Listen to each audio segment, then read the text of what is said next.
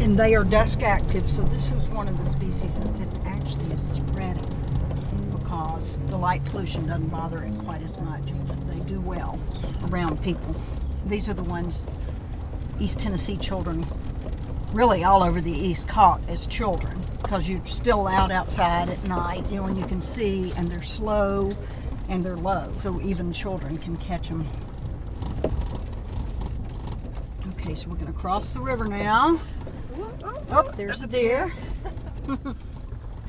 Oh, there's another one. Another one. And so look, we might see him running back across the river too. So,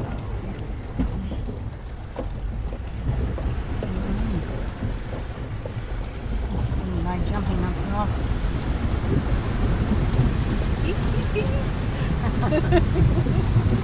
I was ready to leap out the first time.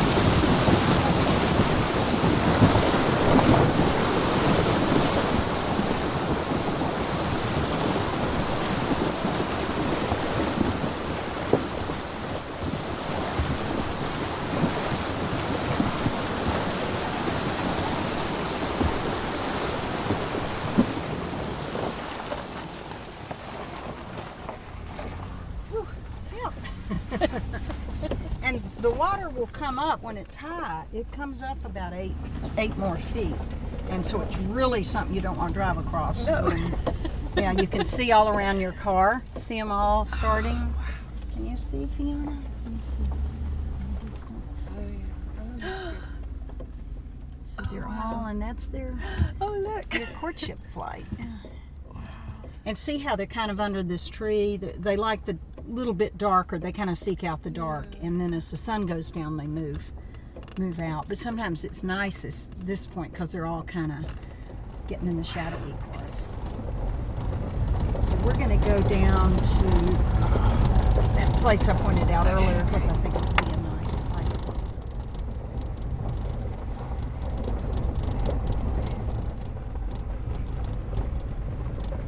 So we'll just stop here because this way you have the river right here too. Kind of a pretty place. Vantage point. Yeah, there. So you'll see more. Okay. But it's brief. Once it's dark, they'll pretty well all quit. But then other ones will begin. Okay. Are you locked in there? No, this car.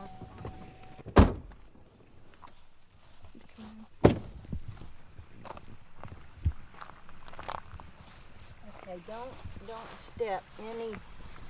Okay, there's at least 3. There's this one, there's that one, and there's a 4th one. One of these is a female. That's a male.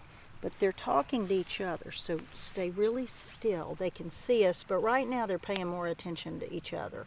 There, that's going to be the female right there. Now, you notice, see there, he flashes, then she answers. But anytime you see a lot of them gathered on the ground, there's usually a female somewhere. Okay, there's that. Oh, these two are right together. He's lighting up the whole clover. Mm-hmm. Really bright. He's doing his I was best. interested in your microphone. Might be if you have a little blinking light. They're like Sometimes they little are. bright bees, aren't they? Gorgeous.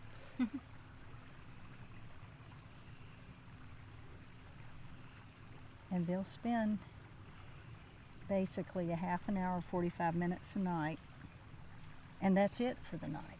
So they don't just have 3 or 4 short weeks. They really have a whole lot less than that. It's just less than an hour a night generally. Most of the species, not all. A few of them do it all night. Yeah, they flash all night, but most of them have a very narrow window, and you think, man, they don't have much time to find a mate, particularly when there's so few females out there. How long do they live for? 2 to 4 weeks, the average species. There's exceptions to everything. There's one that over 1 year is an adult, but most of them.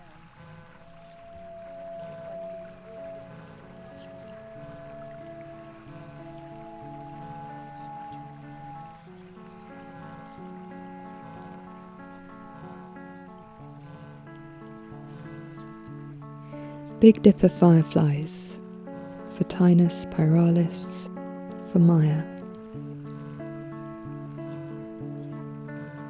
Silently at dusk, the big dippers rising from the grass, green and upwards cinders, gentle wandering stars, and we two on our knees, cupping them up, holding them close like something we lost at the edge of the forest and loved.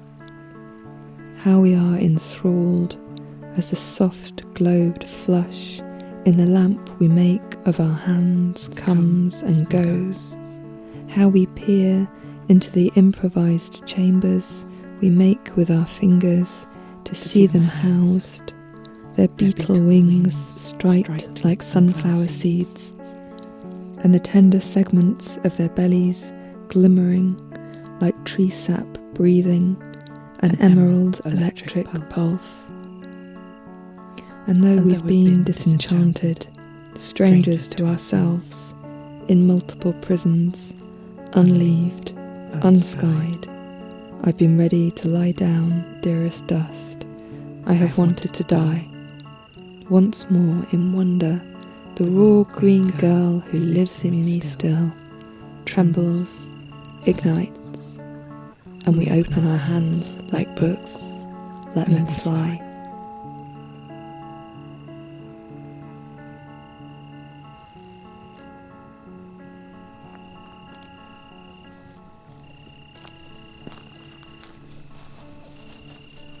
So we've been watching the Big Dippers, and they're called that because they do a dip as they're doing their flash. They dip lower and then go back up.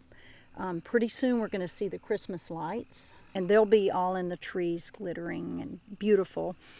And the blue ghost, hopefully we'll see a few little blue ghosts. They're actually green, but depending on your age and your eyes, far away they look bluish. And the name just stuck, and that's what they are. But they're very mysterious.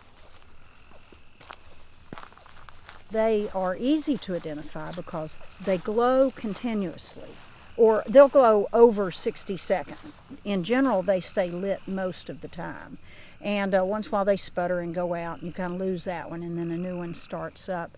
But they're quite low to the ground. They're usually below waist level, and they float. And they're so different than these ones in the trees flashing. And they're fairly easy to catch, so you can also catch them and look at them.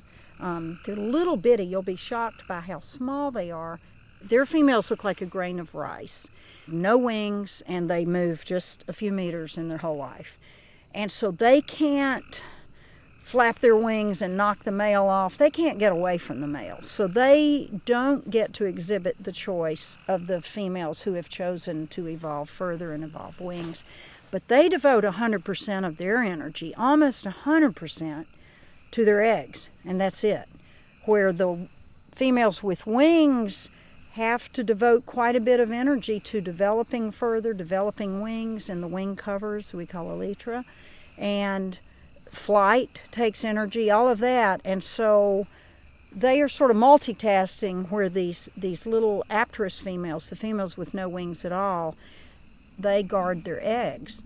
So they're kind of little prisoners, and whatever male gets them gets to mate with them. But they invest the rest of their life in those eggs. They don't just lay them and leave them. They lay a clutch of eggs, and they curl their little body around it, and they stay until they die.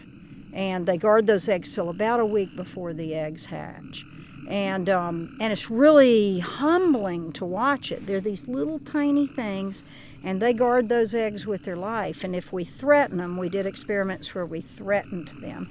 Threatening meaning we had a feather, a tiny little bird feather, and we would kind of wiggle it in her face. And that was a threat to her. Mm-hmm. And it's like, what is she going to do when we threaten her?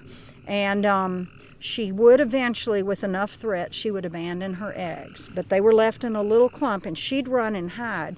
But the instant we removed the threat, it was usually less than a minute later, she'd kind of look out, and she'd run over and get the eggs and curl around them again. And, it was just, it's an amazing thing to watch, because we had, in my head, I'd always thought, oh, well, they're the primitive ones. Those females are primitive because they don't have wings and they don't look like the males and they can't really move very well. But in the end, they might be the most highly developed because they're showing maternal care. They have gone two completely different directions, the females have, on how to best get the next generation on the ground. And but it's just different strategies, and again, that reminds me of humans. You know, we do the same thing. Some stay home with the babies, some work, some try to do everything, and it's different, and it works different ways for different people. Blue ghost firefly, Faustus reticulata. The female is small and larviform, like a grimy rice grain. Up close you see her reticulated, transparent back, its epaulets of light. Sweet love coiled round your eggs like a diminutive dragon guarding your hoard, its wet, nested glow. It's the rest of your life's work to make yourself a lid, a shield, a reinforced roof. I too keep guard. My daughter's the softest part of me, and will die at my post. Hi. Yeah, this glade's amazing with the 360. Isn't that pretty? Yeah. Yeah, we were kind of sitting behind the car. It's like we need to move out where we can see.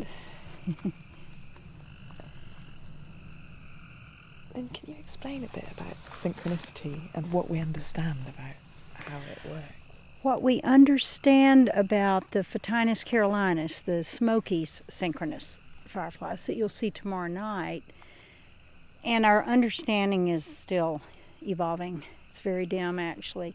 But we've done some interesting experiments, and it appears the high numbers of the males that give a complicated flash train of 6 flashes happening in 3 seconds, and then 6 seconds of dark. That's a whole lot of flashing going on.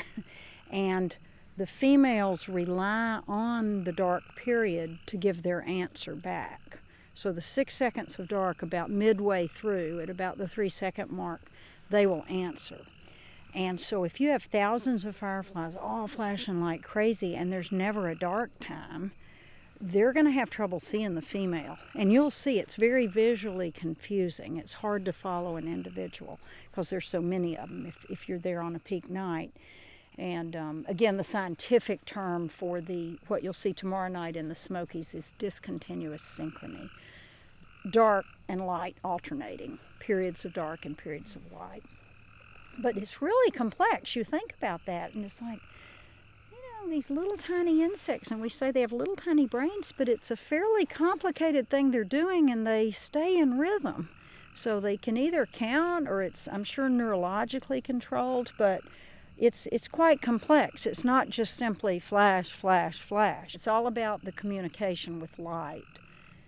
And the dark period, a predictable dark period, gives the female time to answer. Yeah. How much emphasis that puts on listening, like that synchrony is not all about making noise. There's this space of listening to listen for the female's back, isn't there? Yes, it's listening through the light. Yeah. Yes, it is. You have to have that quiet time. Yeah. Just like often if your life is so busy, you feel like you hadn't had time to think. Yeah. And that's true. You need that dark time or that calm time to answer, and then they can see you among all the flashing lights. If everybody goes dark at once, you can see better, that one light. Yeah. And that's the light that matters.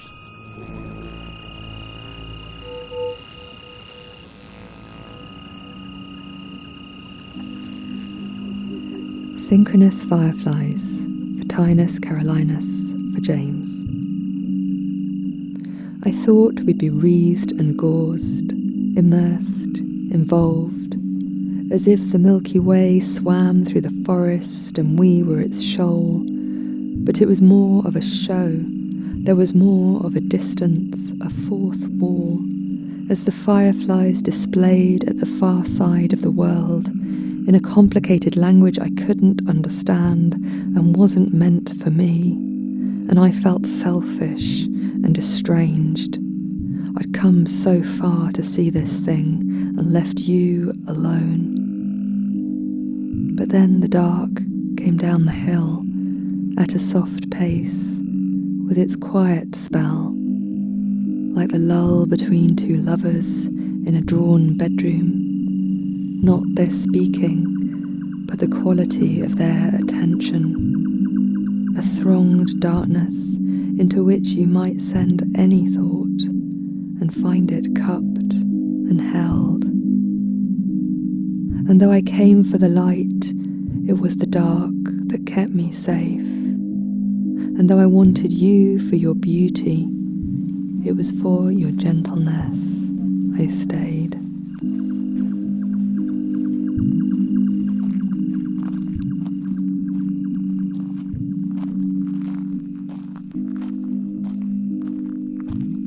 I get sad when I drive through some of these beautiful subdivisions in Knoxville, these huge homes and these yards that don't have a single weed in them. It's like a desert. You know, there's nothing native, there's nothing for them to hide in. It's just this perfection. And so I encourage people, if they have any space and if they're wanting to encourage them, let a little corner grow wild. Don't mow it every week. The light pollution effect has all happened in the last 100 years. So this is a really recent thing in terms of how long the insects have been here, how long we've even been here. But they communicate with light. They're finding mates, and the males, at least here in the U.S., primarily the males are the ones flying around looking for the stationary females on the ground or on a leaf. And if there's a bunch of artificial light, they literally cannot find them. The male cannot see her little answer. They usually just have one lantern, so it's a smaller light, and they also aim it. So they will aim it at the male that's most striking their fancy. But it's a little bitty light. You know, they're little bitty creatures. And so once you have bright lights, they can't compete. And the female cannot see the males. If you've got a big street light there, that's about all she can see. The changes I've seen in my own valley are heartbreaking in terms of development. And where we used to literally put lawn chairs on the main road leading to our house during the summer because it was so pretty, because there were orchards and trees lining the road in those days. Now it's like a 5-lane road. But it was so beautiful, and they are gone. I mean, they are not there anymore. And it's sad. You just think it happens little by little, changes. And then one day you realize, oh, I hadn't seen that for years. Why is it so important that we preserve these populations? It's like everything else on our earth. We don't want things to go out. We're supposed to all be here somehow. But that's a challenge. You know, there are a lot of us, and we like houses to live in and cities and all of that. But it is important to me. The fireflies represent a canary in the coal mine, or they're an indicator species of the health of that particular place. And when they go out of a place where they previously were, that's a sign that something really big has happened, and probably bad. You know, we are all connected, and if their little lights go out, you know, we may be next. It just means something wrong is happening, because they ought to be here. Like if I came one year and we had none of these here, I'd start wondering what happened. You know, what happened to them? What's wrong? And it's got to ultimately reflect on us.